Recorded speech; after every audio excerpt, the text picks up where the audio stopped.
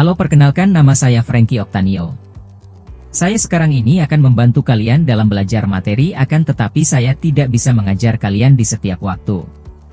Oleh karenanya saya tugaskan sebagian dari diri saya untuk membantu kalian dalam belajar. Jadi sekarang ini yang berbicara di depan kalian adalah artificial intelligence saya. Sekarang ini saya yang berbicara kepada kalian dibuat dari gambar yang mirip dengan saya oleh artificial intelligence. Kalau kalian tertarik, kalian bisa hubungi saya untuk nanti saya ajarkan cara membuatnya. Tapi sebelum itu mari kita belajar bersama-sama mengenai fungsi if. Pengenalan fungsi if. Fungsi if akan memberikan kemampuan untuk melakukan penilaian apakah suatu pernyataan bernilai true, benar, atau false, salah.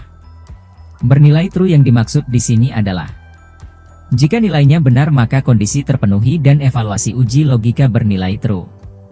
Sebaliknya jika bernilai false berarti nilainya salah maka kondisi tidak terpenuhi dan evaluasi uji logika bernilai false. Contoh simpelnya adalah sebagai berikut. Bernilai true apabila 1. Jika kita lapar maka kondisinya kita akan makan. 2. Jika kita kenyang maka kondisinya kita tidak akan makan. Sedangkan bernilai false apabila 1. Jika kita haus maka kondisinya kita tidak akan minum. 2. Jika kita kembung maka kondisinya kita akan banyak minum. Dalam fungsi logika if, untuk membuat suatu pernyataan yang bernilai benar atau salah maka diperlukan yang namanya operator pembanding.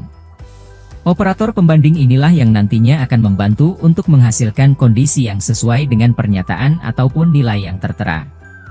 Mari kita lihat contoh-contoh operator pembanding pada fungsi logika if di Microsoft Office Excel.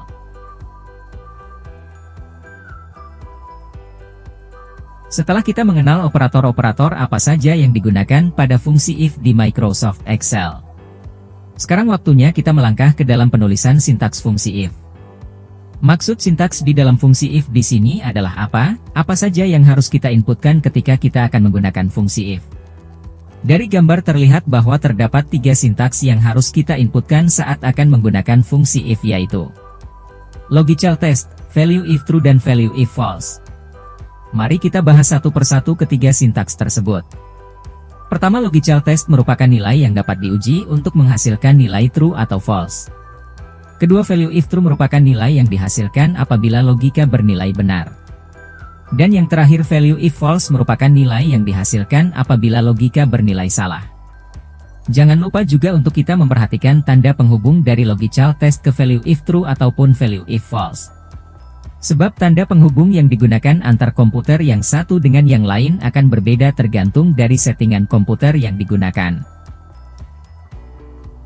Pada tahapan penulisan fungsi if ini, secara sederhana, cara kerja dari fungsi if adalah jika memenuhi kondisi tersebut maka munculkan nilai untuk kondisi benar. Jika tidak munculkan nilai yang benar maka kondisi yang salah akan dimunculkan.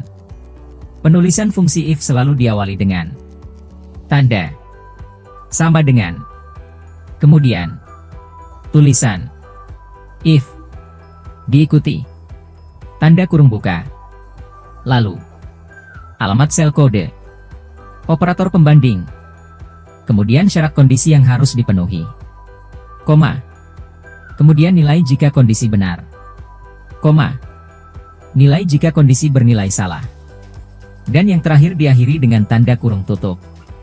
Sebagai catatan, pertama, jika nilai berupa teks maka gunakan petik 2 di awal dan di akhir nilai tersebut. Namun jika nilai berupa angka atau numerik tidak perlu menggunakan tanda petik 2. Sekali lagi mohon diperhatikan untuk penanggalan di komputer dengan format penanggalan AMPM gunakan tanda pemisah koma seperti yang tampil pada slide. Sedangkan untuk format 24 hours atau 24 jam gunakan tanda titik koma. Fungsi yang memiliki satu kondisi biasa disebut dengan if tunggal. Namun, pada kenyataannya sangat memungkinkan kita dihadapkan dengan 2 atau lebih kondisi yang harus diuji. Untuk menguji 2 kondisi yang menjadi syarat, maka kita dapat menggunakan fungsi tambahan pada Microsoft Excel, yaitu fungsi AND atau fungsi OR seperti yang dapat kita lihat pada slide. Di mana pada fungsi AND digunakan jika kedua syarat harus terpenuhi. Dan fungsi OR digunakan jika salah satu syarat saja yang harus dipenuhi. Untuk menguji lebih dari dua kondisi yang menjadi syarat, maka kita dapat menggunakan fungsi if bercabang seperti yang dapat kita lihat pada slide. Cara membuat grafik pada Microsoft Office Excel.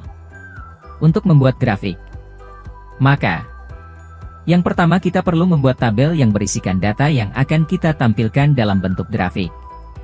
Jadi kita pastikan sudah ada tabel yang sudah diolah datanya. Kemudian yang kedua, kita dapat memblok bagian pada tabel tersebut untuk memunculkan bagian mana yang akan dibuat atau ditampilkan grafiknya.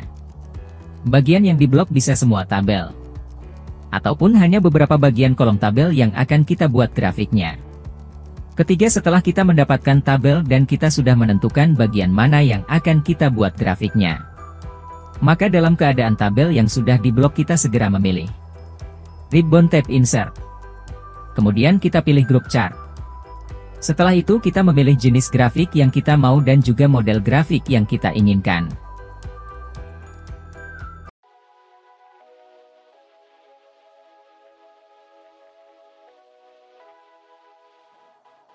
Oke teman-teman, sedikit tambahan dan juga sebagai penguatan juga, bahwasanya tadi kita sudah belajar bersama-sama mengenai fungsi if dan juga bagaimana caranya membuat grafik.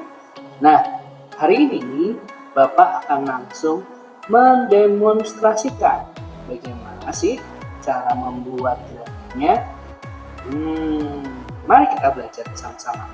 Tapi Bapak yakin pasti ada teman-teman yang di sini juga sudah bisa membuat.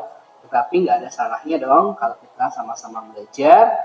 Nanti kita juga yang sudah paham bisa membantu teman kita. Nah, mari kita praktek dulu yuk cara membuat grafik. Nah, sebagaimana yang tadi kita sudah pelajari, untuk kita membuat grafik, kita itu butuh yang namanya tabel. Nah, tabel ini adalah tabel yang anggaplah sudah diolah dan sudah dianalisa sehingga kita mendapatkan data yang pasti. Ya, di sini ada data karyawan yang masuk, ada data karyawan yang keluar, dan juga ada pengunjung. Anggaplah data-data ini adalah data-data yang sudah valid dan kita akan bikin grafiknya. Nah, untuk buat grafik, teman-teman jangan lupa langkah yang pertama kalau sudah ada tabel, yang kedua kita harus melakukan blok untuk menseleksi mana yang akan kita buat grafiknya. Nah, kalau teman-teman lupa apa sih yang terjadi? Yuk mari kita lihat bersama-sama. Kita klik insert. Kalau teman-teman mau memilih berbagai mode macam grafik, ingin lihat semuanya, teman-teman akan klik di sini all chart. Tetapi pada group chart dan memilih all chart ini tidak bisa kita klik karena kita belum memilih. Efeknya akan muncul seperti ini. Ya kan, tidak bisa. Tapi kalau kita langsung memilih, katakan kita asal klik, maka akan munculnya kosong. Kenapa? Karena kita belum melakukan seleksi data mana yang akan kita buat. Kita harus blok dulu. Kita harus blok dulu bagaimana yang mau kita pilih. Misal kalau kita cuma mau menampilkan untuk bulan dan pengunjung, kita bisa lakukan seperti ini, ya. Nah, ini kan tidak ada pengaruhnya, kita hapus dulu. Sekarang kita akan coba bikin grafiknya. Nah, kita akan blok semua saja, ya. Kemudian kita klik insert, kita menuju ke group chart, kita pilih di sini, ya. Kalau teman-teman mau sebenarnya bisa memilih langsung di sini, tetapi Bapak mengarahkan kalian ke sini untuk melihat berbagai macam dengan jelas dan lebih enak melihatnya dari sini. Ya, anggaplah kita akan membuat untuk yang garis, nah, ya. Kita ambil contoh yang garis, kita ambil contoh mungkin ini saja, kita klik OK. Nah, ini sudah jadi, sudah kelihatan. Nah, teman-teman nanti bisa nih tinggal mengimprovisasi saja di sini, diganti judulnya mau diganti apa. Data wisata PT Indah Abadi misalnya. Nah, dari sini tuh teman-teman juga bisa memilih sih mau tampilannya kayak gimana. Mungkin mau tampilan seperti ini boleh. Nah, Kalau misalkan, kok kayaknya kok kurang jelas ya untuk masuk keluarnya, kayaknya nggak perlu deh, cuma butuh data pengunjung. Nah, teman-teman bisa memilih di sini ya. Di sini ada yang namanya Bapak tunjukkan sebentar ini ya. Ini chart filter namanya. Chart filter itu kita bisa menseleksi, misal kita cuma butuh untuk pengunjung aja. Jadi untuk data karyawan nggak butuh lah. Kita tinggal apply aja, maka kita sudah bisa dapat hanya data yang pengunjung aja. Ya.